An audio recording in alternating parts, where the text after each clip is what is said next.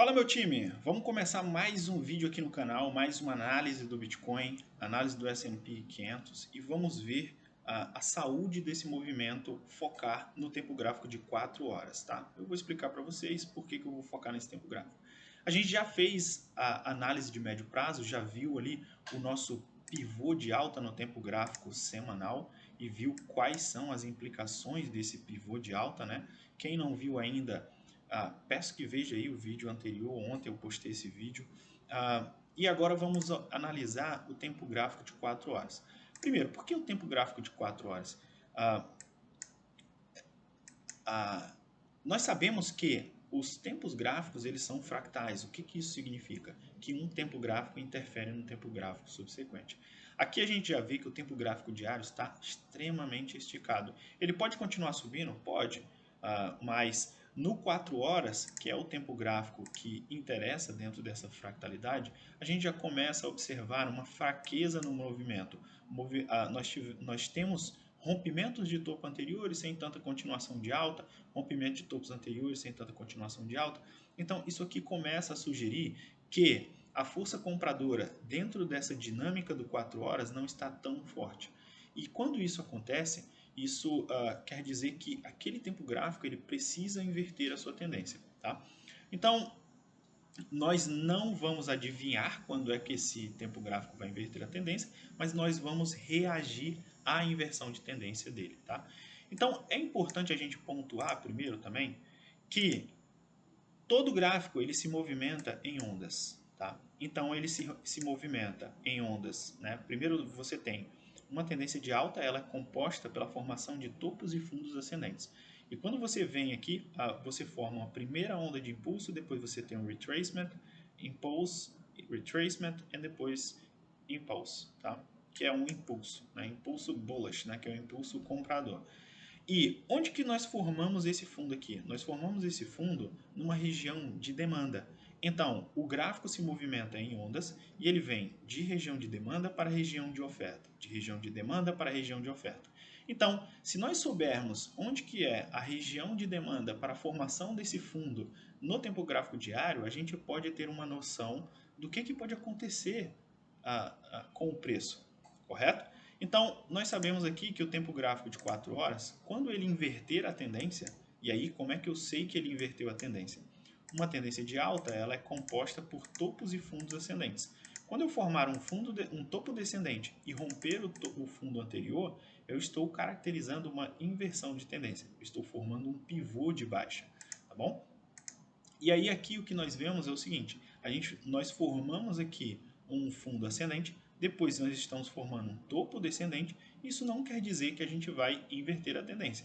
Porém, se nós perdermos esse fundo aqui, é onde caracteriza essa inversão de tendência. Uma vez que a gente inverteu a tendência no tempo gráfico de 4 horas, agora a gente passa a olhar para o tempo gráfico de 1 hora. Por quê? Porque o 1 hora vai mostrar exatamente essa região de demanda aqui para a formação desse fundo. É a região de maior probabilidade para a formação desse fundo. Tá? Então nós tivemos aqui uma onda de impulso no tempo gráfico de 1 hora, tivemos um retracement, que é uma retração, uma outra onda de impulso, e agora se nós invertermos a tendência no tempo gráfico de 4 horas, viremos buscar um novo fundo ascendente aqui no tempo gráfico diário. Tá, e aí é importante nós analisarmos duas coisas. Primeiro, qual é a região de demanda aqui? Quem define a região de maior probabilidade desse fundo ascendente, ou seja, essa região de demanda, é o tempo gráfico de 1 hora, tá? Então, o 1 hora, né, quando ele atinge níveis de sobrevenda, ou seja, quando o RSI está menor que 30, é onde a força compradora quer atuar para formar esse fundo ascendente no tempo gráfico diário, tá? Então, a gente tem que ficar de olho no gráfico de 1 hora. Além do gráfico de 1 hora também, é importante nós olharmos as regiões de confluência, tá bom? E quais são as regiões de confluência que nós temos aqui? Primeiro, nós temos essa região que é muito importante, que é uma região que era uma resistência e após rompida essa resistência, ela passa a funcionar como suporte.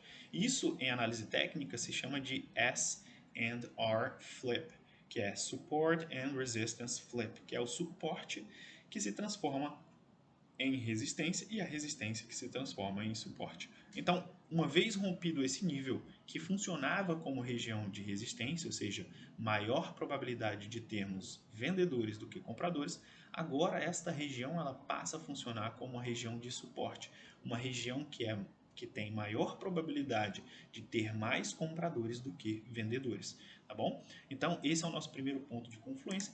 O segundo ponto de confluência são as nossas médias de 12 períodos.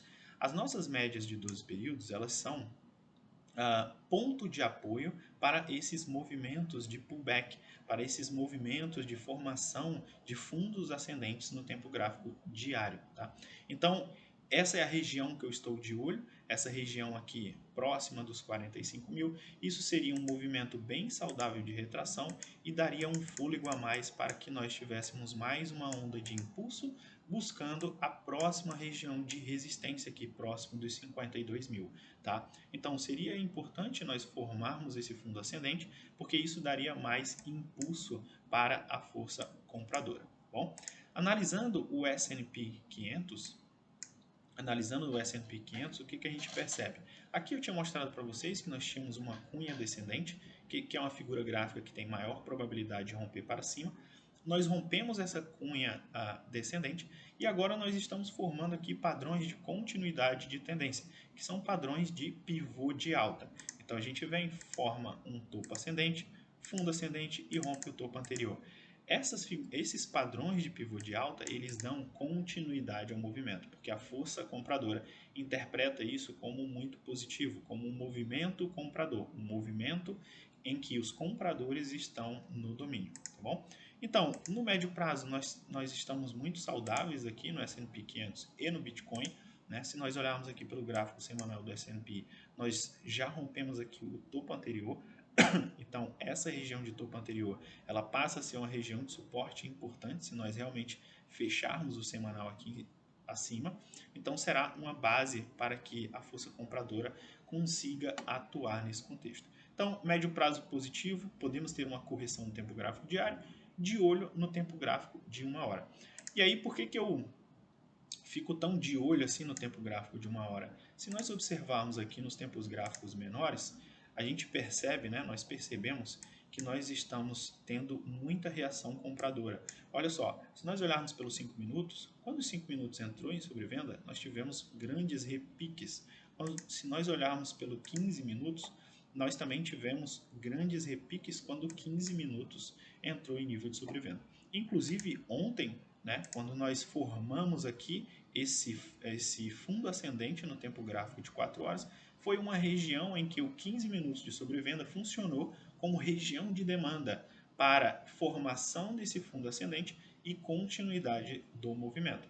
Então, como nós não rompemos o topo anterior, nós não classificamos esse movimento como pivô de alta, então isso começa a mostrar uma fraqueza da força compradora também, tá bom? Então, essa é a minha análise de hoje, espero que vocês tenham gostado. Considerem se inscrever no meu grupo gratuito do Telegram. Eu sempre estou mandando muitas análises lá, inclusive eu mando aqui, né, o print aqui da minha análise e mando áudios explicando de forma detalhada o meu racional, o que eu vou fazer, como que eu estou interpretando o mercado e como que eu estou me posicionando, tá? Então, se você não faz parte ainda e você gosta de análise técnica, considere se inscrever. Se inscreve aqui no canal do YouTube também, deixa o seu like para dar aquela força para o nosso canal, tá bom? Obrigado a todos.